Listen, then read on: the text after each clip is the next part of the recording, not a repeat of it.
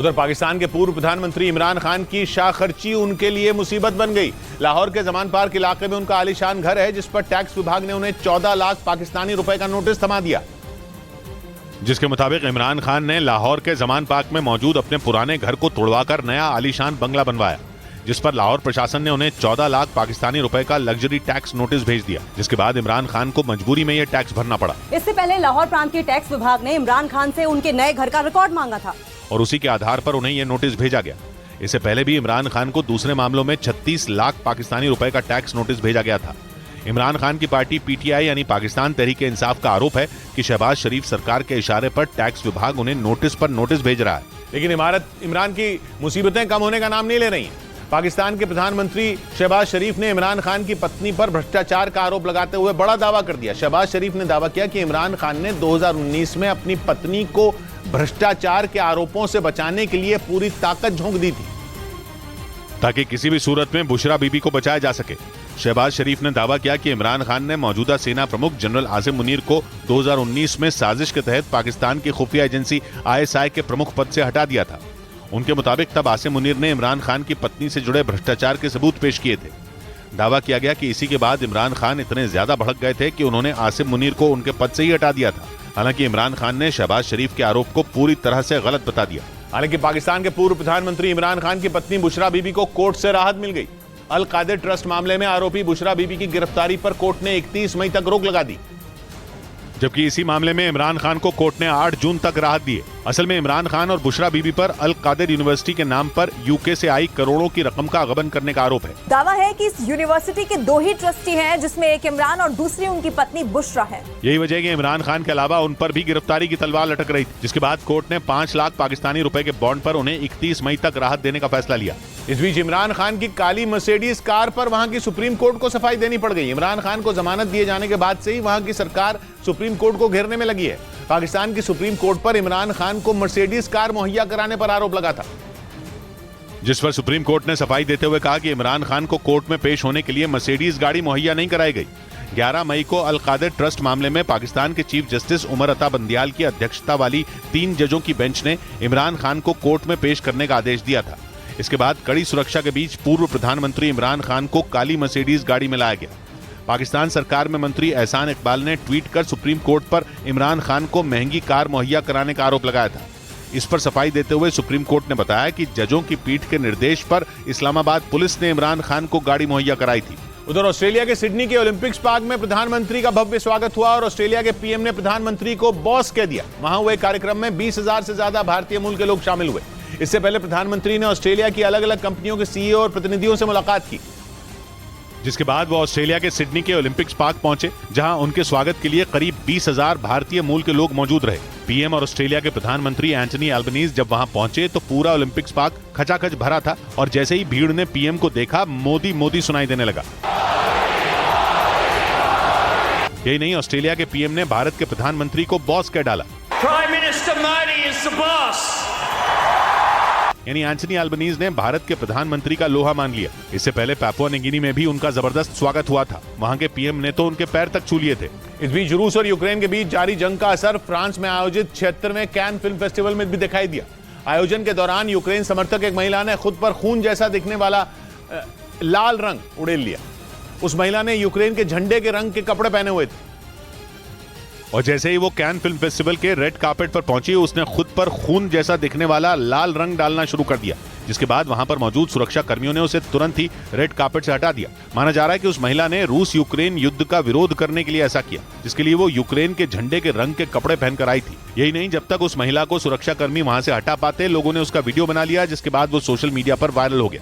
उधर रूस के पूर्व राष्ट्रपति दिमित्री मेदवेदेव ने ट्विटर के मालिक एलॉन मस्क को यूक्रेन के बखमूत का दौरा करने का न्योता दिया। उन्होंने उम्मीद जताई कि एलॉन मस्क उनके बुलावे पर एक बार रूस के कंट्रोल वाले बखमूत जरूर आएंगे, क्योंकि पिछले साल अक्टूबर में एलॉन मस्क ने ट्विटर पर उनसे बखमूत के बारे में एक सवाल पूछा था, जिसके जवाब में रूस के पूर्व राष्ट्रपति ने दावा किया कि अब एलॉन मस्क को खुद ही बखमूत आकर वहां की सैर करनी चाहिए, क्योंकि मेदवेदेव का मानना है कि रूस ने बखमूत पर पूरी तरह कब्जा कर लिया है और वहां आने के बाद एलॉन मस्क को बखमूत पर किए उनके सवाल का जवाब मिल जाएगा। हालांकि एलॉन मस्क ने अब तक उनके इस ट्वीट पर कोई जवाब नहीं दिया। इधर रूस ने सुमे पर फिर से खतरनाक हमला कर दिया और वहां रहने वाले 5 समुदायों को निशाना बनाया। ये दावा यूक्रेन की तरफ से किया गया और जानकारी दी गई कि रूस की ओर से गोले बरसाए गए। जिसमें एक आदमी घायल हो गया और भारी नुकसान भी हुआ। रूस लगातार यूक्रेन पर बड़े हमले कर रहा है और यूक्रेन को तोड़ने की कोशिश कर रहा है ताकि यूक्रेन की सेना रूस के सामने घुटने टेक दे। सुमी में हुआ खतरनाक अटैक उसी का हिस्सा है। सुमी यूक्रेन से लगने वाले रूस के बॉर्डर के उत्तर पूर्वी इलाके में है और इस पर कब्जा पाने के लिए रूस लगातार हमले कर रहा है, क्योंकि यूक्रेन ने दावा किया कि अप्रैल 2022 में उसने रूस के कब्जे से सुमी के कुछ हिस्सों को आजाद करवा लिया था, जिसके बाद से ही रूस उन पर वापस कब्जा पाने की कोशिश कर रहा है। उधर रूस की सेना ने दावा किया कि यूक्रेन की फौज ने सीमा से लगे उसके इलाके पर हमला कर दिया। जेलेंस्की की सेना के हमले में 8 लोग घायल हो गए और वहां भारी नुकसान हुआ। रूस के दावे के मुताबिक यूक्रेन की सेना ने उसके ग्राइवरन शहर पर बम बरसाए। ये इलाका यूक्रेन की सीमा से करीब 5 किलोमीटर दूर है। हमले के बाद का वीडियो भी रूस की सेना ने जारी किया, जिसमें एक मकान में भारी गोलाबारी के निशान नजर आए और मकान की छत टूटी दिखी। ड्रोन से ली गई तस्वीरों में भी खेतों और इमारतों के ऊपर धुआं उड़ता दिखाई दिया। हालांकि यूक्रेन ने इस हमले से इनकार किया। इस बीच रूस ने FATF यानी फाइनेंशियल एक्शन टास्क फोर्स के कड़े कदम से बचने के लिए भारत से मदद की गुहार लगाई।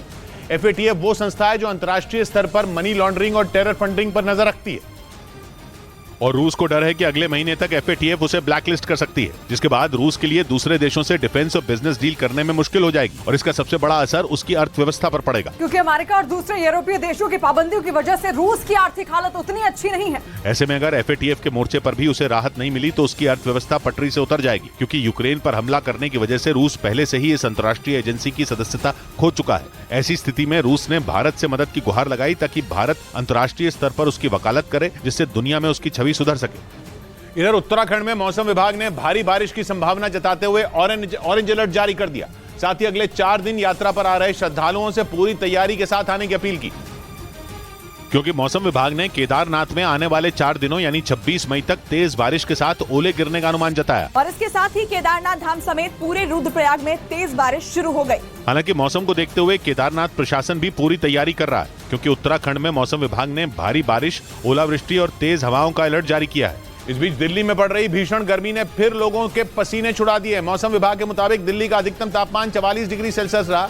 हालांकि इस दौरान हीट इंडेक्स 51 डिग्री सेल्सियस को भी पार कर गया। हीट इंडेक्स में तापमान के साथ साथ हवा की नमी को भी मापा जाता है और 51 डिग्री सेल्सियस के हीट इंडेक्स का मतलब यह है कि दिल्ली में तापमान इससे कम तो है, लेकिन लोगों को 51 डिग्री सेल्सियस जैसी गर्मी का एहसास हो रहा है। इसके साथ ही मौसम विभाग ने सुबह से हल्की बारिश होने का अनुमान जताया, जिसकी वजह से अगले 4 से 5 दिनों तक लोगों को भीषण गर्मी से राहत मिल सकती है। इधर प्रधानमंत्री की डिग्री के मामले में दिल्ली के मुख्यमंत्री अरविंद केजरीवाल को समन्स जारी किए गए। गुजरात की अहमदाबाद की अदालत ने केजरीवाल के साथ आम आदमी पार्टी के राज्यसभा सांसद संजय सिंह को भी समन्स जारी किए और दोनों को 7 जून को कोर्ट में पेश होने को कहा। ये समन्स गुजरात विश्वविद्यालय के रजिस्ट्रार की ओर से दायर याचिका पर सुनवाई के बाद जारी किए गए। दिल्ली के मुख्यमंत्री अरविंद केजरीवाल और आम आदमी पार्टी के राज्यसभा सांसद संजय सिंह को 23 मई को पेश होने के लिए समन्स किए गए थे, लेकिन दोनों में कोई भी अदालत में पेश नहीं हुआ। ये मामला पीएम की डिग्री पर अपमानजनक बयान से जुड़ा है। उधर स्विट्जरलैंड के जिनीवा में WHO यानी विश्व स्वास्थ्य संगठन की बैठक शुरू हो गई, जिसमें संगठन के मुखिया ने दुनिया को अगली महामारी से सावधान किया। उन्होंने 2 टूक कहा कि दुनिया को आने वाली महामारी से बचने के लिए तैयारियों पर जोर देना चाहिए, क्योंकि कोरोना ने दुनिया को उलट-पुलट कर रख दिया। WHO यानी विश्व स्वास्थ्य संगठन के मुखिया ने इसी वजह से बयान दिया कि दुनिया को आने वाली अगली महामारी को रोकने के लिए तैयार रहना चाहिए, क्योंकि उस पर पहले से बातचीत करने और तैयारियों को आगे बढ़ाने का ये सही समय है। WHO की तरफ से कोरोना पर जारी आपातकालीन स्थिति को कुछ ही दिन पहले खत्म कर दिया गया है और इस बीच स्विट्जरलैंड के जिनीवा में 76वीं विश्व स्वास्थ्य संगठन की सभा की शुरुआत हो गई, जो 10 दिनों तक चलेगी। इधर पश्चिम बंगाल के मालदा में अवैध पटाखों से विस्फोट का सिलसिला रुकने का नाम ही नहीं ले रहा। वहां के मालदा के इंग्लिश बाजार में भी एक पटाखा दुकान में विस्फोट के बाद आग लग गई, जिसकी चपेट में आने से 2 लोगों की मौत हो गई। घटना बंगाल के मालदा के इंग्लिश बाजार में हुई। वहां मौजूद लोगों ने बताया कि सुबह करीब 6 बजे एक पटाखे की दुकान में जबरदस्त धमाका हुआ और फिर आग लग गई